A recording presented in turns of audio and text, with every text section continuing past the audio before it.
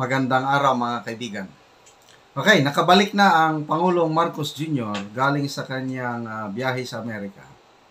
At ito, in-interview siya, nagsalita na siya tungkol sa bali-balitang ma-impeach si VP Sara Duterte.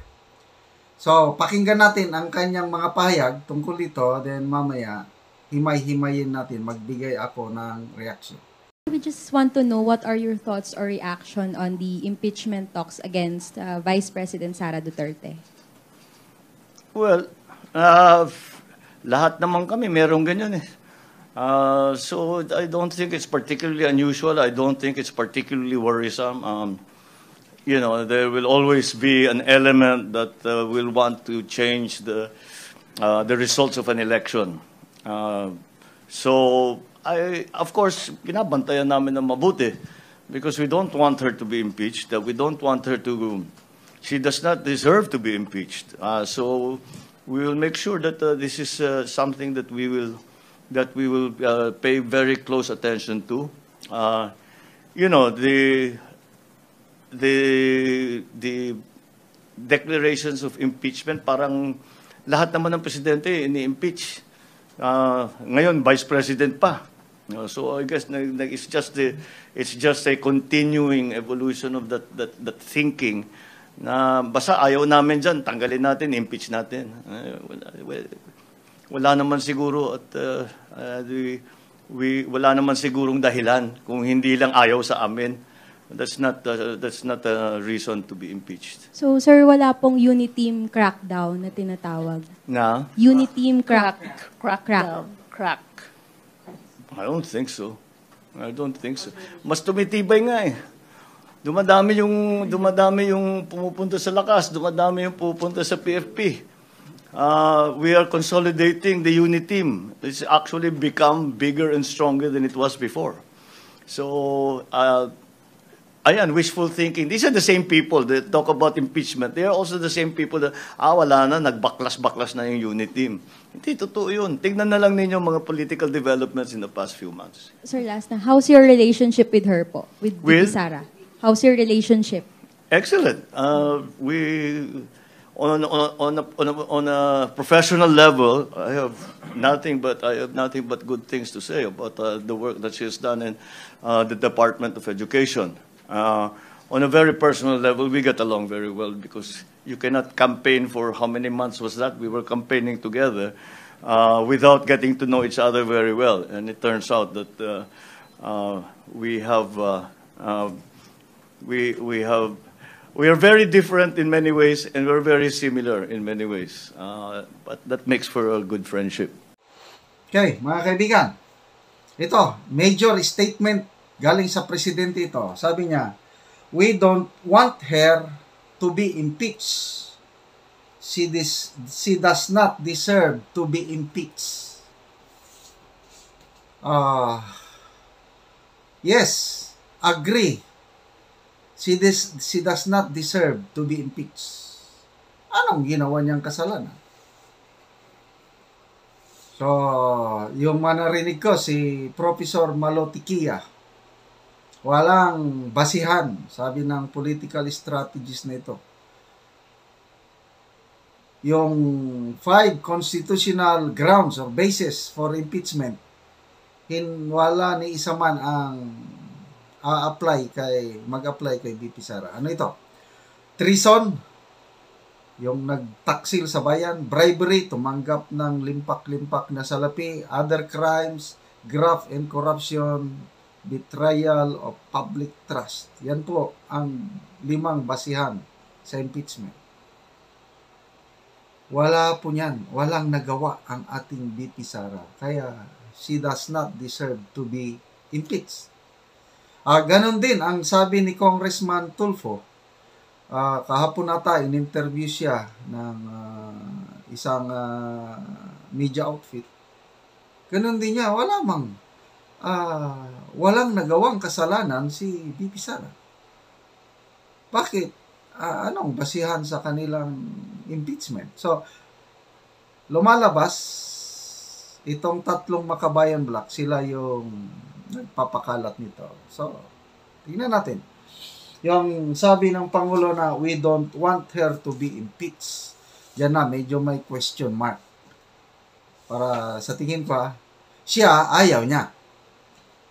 Mas mabuti, sabi niya nga, I don't want her. Mas mabuti. Kaya yung we, itong Speaker Martin Romualdez, palagay ko may kinalaman dito eh. Duda ko kay Speaker Martin Romualdez. Ang aking analysis is may sabwatan itong Makabayan Black at saka si Speaker Martin Romualdez. Sila ang may gusto. So, giving the benefit of the doubt ang presidente, sana nga, you don't want her to be impeached. Okay, ano pa yung sinabi niya? Yon, tinanong siya tungkol sa is there a crack sa UNITEAM? Sabi niya, none. Kailang ang malaki pa niya, yung UNITEAM, ang dami na daw pumupunta sa lakas CMD at saka Partido Federal ng Pilipinas. Itong Partido Federal, partido ni BBM. Yung lakas CMD, partido ni Martin Romualdez.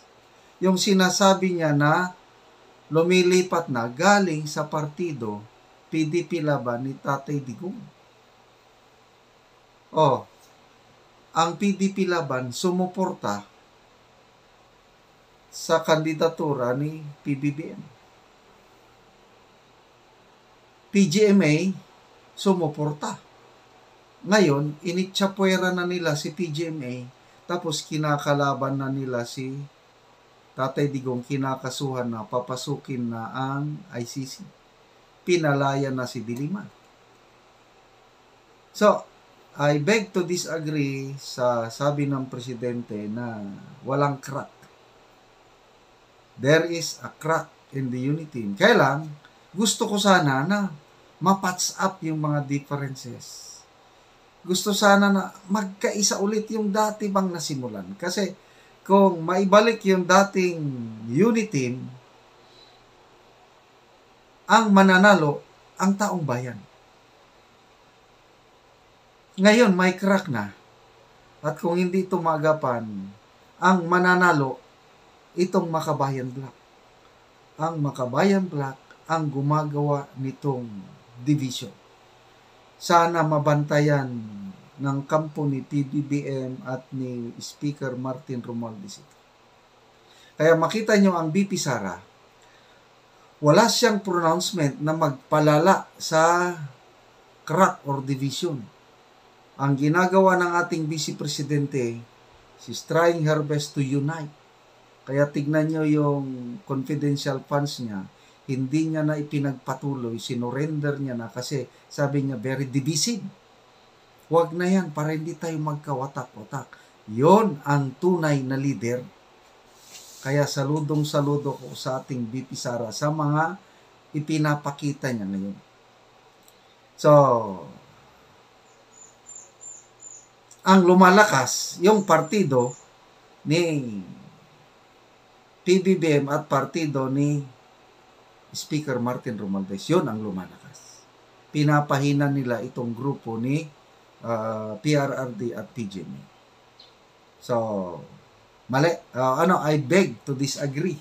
Yung sinasabi niya na walang crack sa UNITEAM. Meron na po. But sana maagapan at maibalik dati. Okay, relationship naman. Ano ang relationship ni PBBM at BP Sara ngayon? Well, sabi ng presidente, excellent. Alam mo naman ang presidente, marunong magsalita. Kagaya ng bigas. Tinatanong siya, may pag-asa pa ba? O kailan makakamit yung pangako na 20 pesos per kilogram rice? Malapit na. Magtiis lang tayo, maghintay-hintay. Ang presyo ng bigas, pababa na ng pababa. mga statements niya ito, recorded on video. Ano ba, ang dami niyang mga statements na smugglers and hoarders, your days are numbered. O, nasaan? Meron na ba? Napakulong o nakasuhan yung mga big time, ha? Nasaan ngayon si Michael Ma? Nasaan si Leia Cruz? Wala. O, so, maniniwala pa ba tayo yung mga statement niya na excellent? Binobola lang tayo ng ating presidente. Nagsimula na. Although, may respeto pa rin sila sa isa't isa, but I believe, si VP Sara, nararamdaman niya na yung umaasim na relasyon. But, pinipigilan niya ang sarili niya kasi gusto ni VP Sara na i-maintain ang unity. Si PBBM naman, torn between two lovers. Gusto niya na maayos ang lahat, kaya lang may mga puwersa palibot sa kanya na